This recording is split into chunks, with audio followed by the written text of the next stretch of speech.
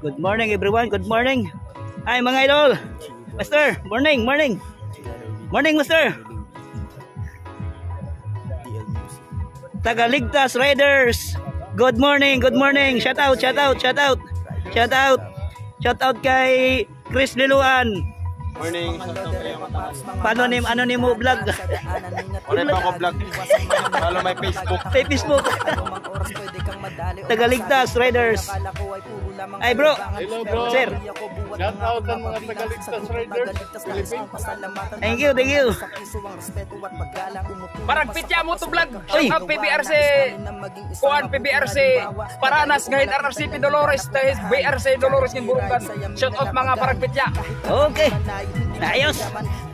Shout out sa ating Katbalogan na Riders Vlog. Katbalogan. Shout out, shout out. Shout out. Hello, shout out. Gumalaw MTV. Shout out din sa PBRC Paranas Brotherhood Riders. Okay, thank you, thank you. Morning, morning. Morning, shout out tayo mga bro, master. Shout out. Hello mga master. Morning, morning.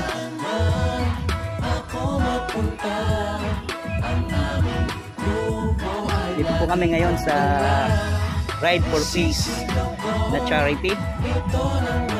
So ngayon dito sa 87 Military Operation Batalyon ng Cantaba, Santa Rita.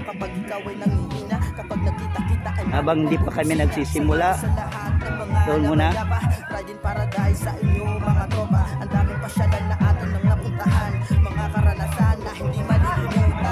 Halo ma'am. Ito ang videographer. Hello sir. Hello.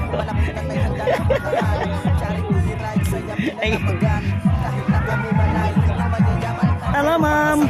Shout out, shout out. Labay. Hi, good morning. Nimit ko kanina aga pa oh. So mga Klabay, salamat sa partisipan Klabay Philippines. Shout out, shout out, shout out tayo. Shout out kay Bro Juban. Ito po.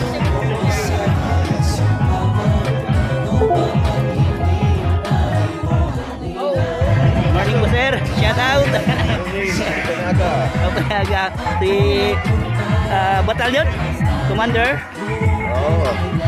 Shout out sir, morning. Kumusta sir sitwasyon dito sir? Yung kalagayan dito? Ayun. Masaya kami. Una nag-cooperate ang weather. No? Dahil dalawang beses na postpone yung event dahil sa nakarang bagyo. Oo nga eh. For now, may mga riders na dumating, sama nyo. May mga galing pang este, may mga galing sa Balogan, no? Magkikita-kita sa Buray mamaya. At ang pinaka-importante dito is yung sa mga maging beneficiaries ng rides na ito, no? Mga former rebels natin, mga nagbalik loob sa gobyerno. Okay sir. Makita ng mga followers nyo ano yung ginagawa, yung project ng government natin para sa kanila. Mahikayat, lalo na't magpapasko, mahikayat pa yung mga sama nating mga NPA pa. Okay, nananawagan. Nananawagan. Dahil nandiyan ang Saad na Balay at marami pang proyekto. So through the motorcycling community in Eastern Visayas, maging kasama natin sa panawagang ito. Salamat sir. At saludo po ako sa inyo sir. Okay, thank you. We will now start our simple and short program this morning.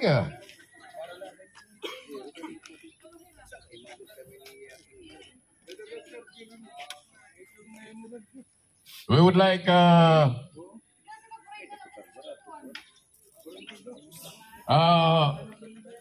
please, kung pwede dito po tayo para po sa ating opening prayer with Ma'am Christina Sagado, the treasurer of Trip North. Ma'am.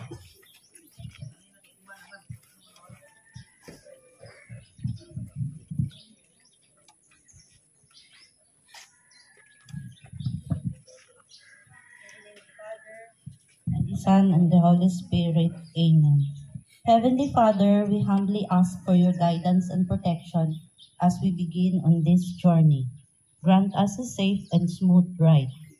May your divine presence be with us throughout as we embark on this ride for a cause. Guide us with your strength. Grant us safety on every turn. As we ride with purpose, let our hearts burn. May our journey bring awareness and change for the cause that we support. Protect us from harm, both near and far, as we ride with compassion under your guiding star. In unity we ride for those in need. Grant us the courage to take the lead. Bless our efforts, make them pure, as we ride for a cause that will endure. In Jesus' name we pray. Amen. Oh, thank you so much. Now we will now proceed for the national anthem through audio-visual presentation.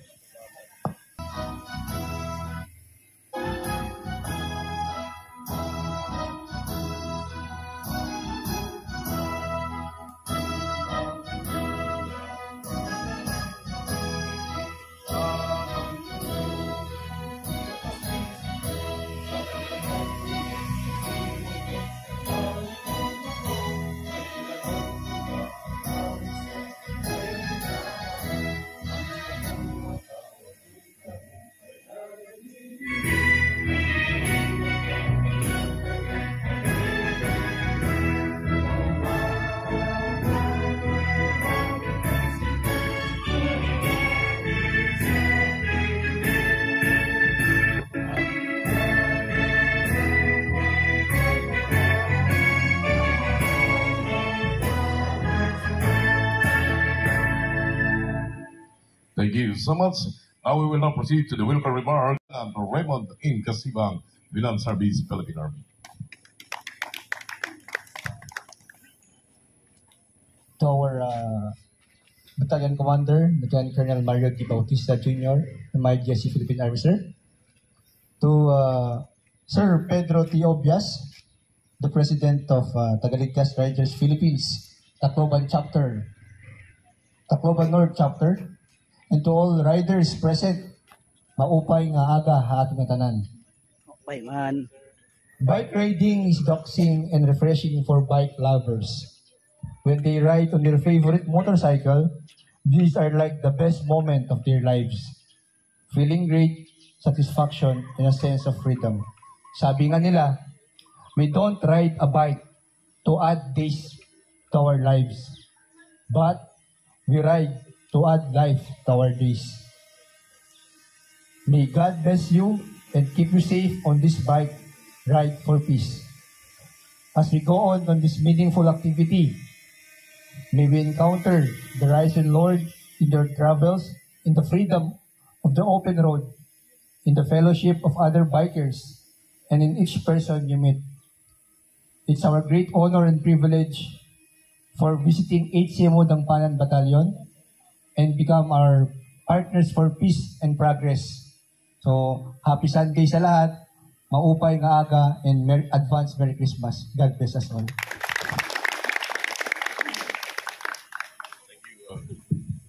Thank you so much, sir, for that very impressive message to our riders. FC Geneva Moreno, ma'am, please, for the page of leading mechanics. Thank you, sir. So, maupay nga aga aton nga tanan, sirs, from different places han aton mga riders. So, apihan aton na Ride for Peace. Saan nga balay Ride for Peace is the video making contest po. So, ang mga mechanics po, adi po hiya. So, contest is open only for saad na balay Ride for Peace finishers po. So, not more than 3 minutes po itong aton video nga hihimuon. So, tanan mga vloggers, nga api or finishers nga dihan aton saad na balay Ride for Peace is pwede po umapi. And the theme of this is the saad na balay mismo po aton rides. So ang saad nga balay po, pwede po niyo dito ipakita or i-explain na iyo video what is saad nga balay. So ang saad nga balay is a promise of the government nga to aton mga former rebel and siya dapat may dakita initiative para gihap ini pagbulighan aton mga kabugtuan nga nagbalik loob po. So, pwede po kamo mag-video pohan one of our friends rescued or aton mga former rebel. Pwede po niyo i-api ha iyo video. Tapos, ini po nga, depende na po ang iyo paghimuhan video basta ang aton po tema malibot po ha saad nga balay, about saad nga balay. And also the submission po han aton entries is through our email, which is the 8cmobattalion@gmail.com, and the deadline is on December 5 at exactly 12 a.m. and December 5 po. Then it will be posted, tanan po na iyong himo na videos, it will be posted to our official page, an 8 Civil Military Operations Battalion, Home Amadapanan 100.1 FM. And please po, follow po kamo on aton page because it is one also of the mechanics na and magla-like po lahat yung videos kasi may ada po haton criteria which is the people's choice, which is the 40% po itong mga reaction po niyo videos. Ang panang's choice, 20%. Tagapagligtas choice is 20%. And hinirang choice is 20% all over 100%. So make sure po liwat and magla-like po yung mga videos is naka-follow po liwat haamon official page. Then the winner will be announced on December 12, 2020. So may mga question po regarding hanaton video making contest. Open po ang amon Facebook page para po yung mga question, just message na po haamon. Thank you. Thank you so much, ma'am. So, kung itong mga desidido, ano? Yan, agresibo, umapi, you are very much welcome. So likewise, thank you so much, ma'am. May we call on Sir Roy Sabaldan for road briefing for these morning activities. Maupay po nga aga sa atong tanan. So i-brief ko lang po naton giantikang didi pakadto sa San Jose de Buwan. So from here, babaybayon po naton ang dalan pakadto sa Barangay Buray dito sa junction. So yung speed limit lang natin is 50 to 60 kasi alam naman natin yung daan hindi pa masyadong maayos. Tapos may mga inaayos na daan, mga one lane. So magdahan-dahan lang tayo, 50 to 60 kph lang yung takbo natin. So mula dito, one lane lang tayo papuntang Buray. Tapos pagdating natin sa Barangay Madalunot, may area doon na mag-stop over tayo para sa photo opportunity. Siguro mga 5 minutes or 3 minutes, move tayo ulit. Pagdating doon sa Buray, andun yung mga ibang riders na naghihintay sa atin doon.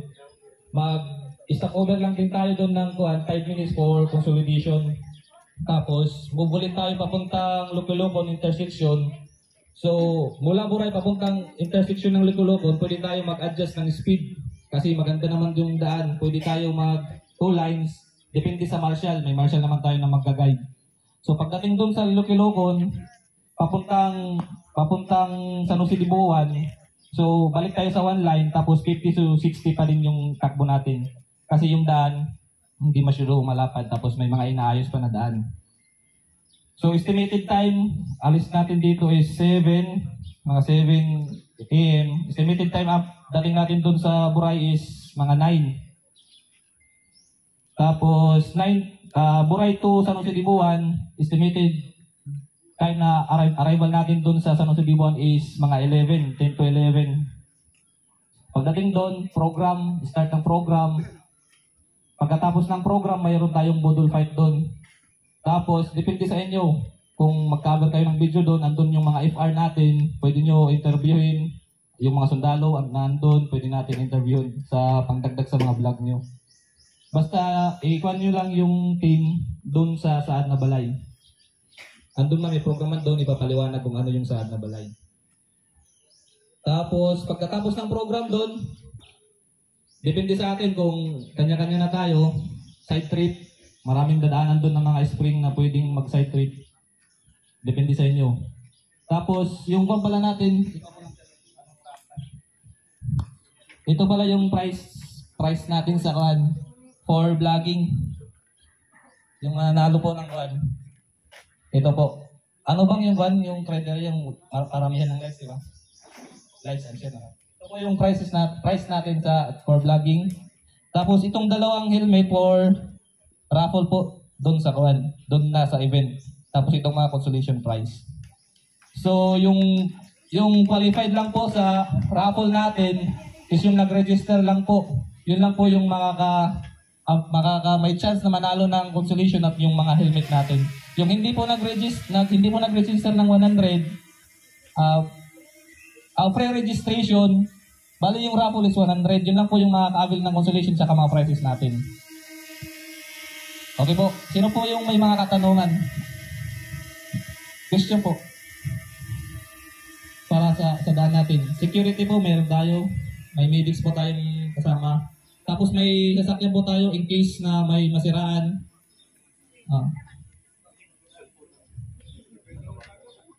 Cellphone number, kung in case na may masiraan kayo. Yung number ko na lang. Wow. Paki-kuha na lang, paki-phone book na lang po ng cellphone number. A few moments later.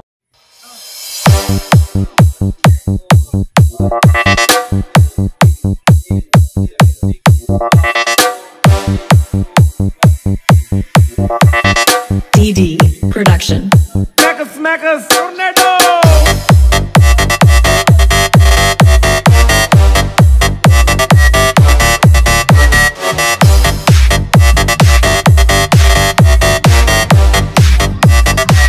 Smackers na si Kuya yan!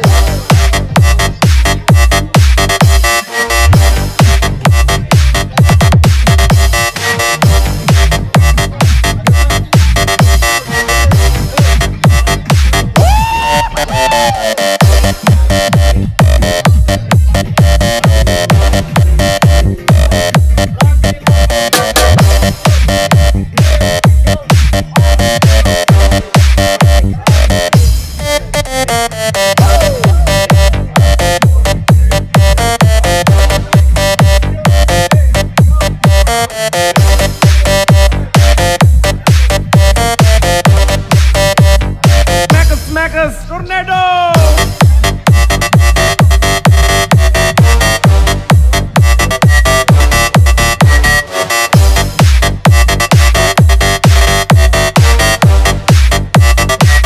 Smackers na si Kuya yan!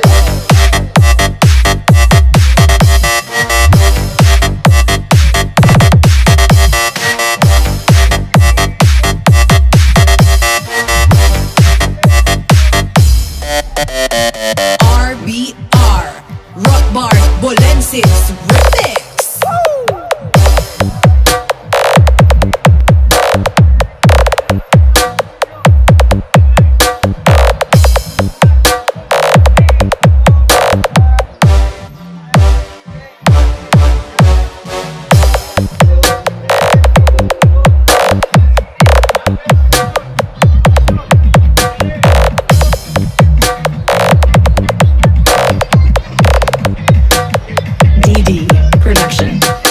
Smackers, Tornado!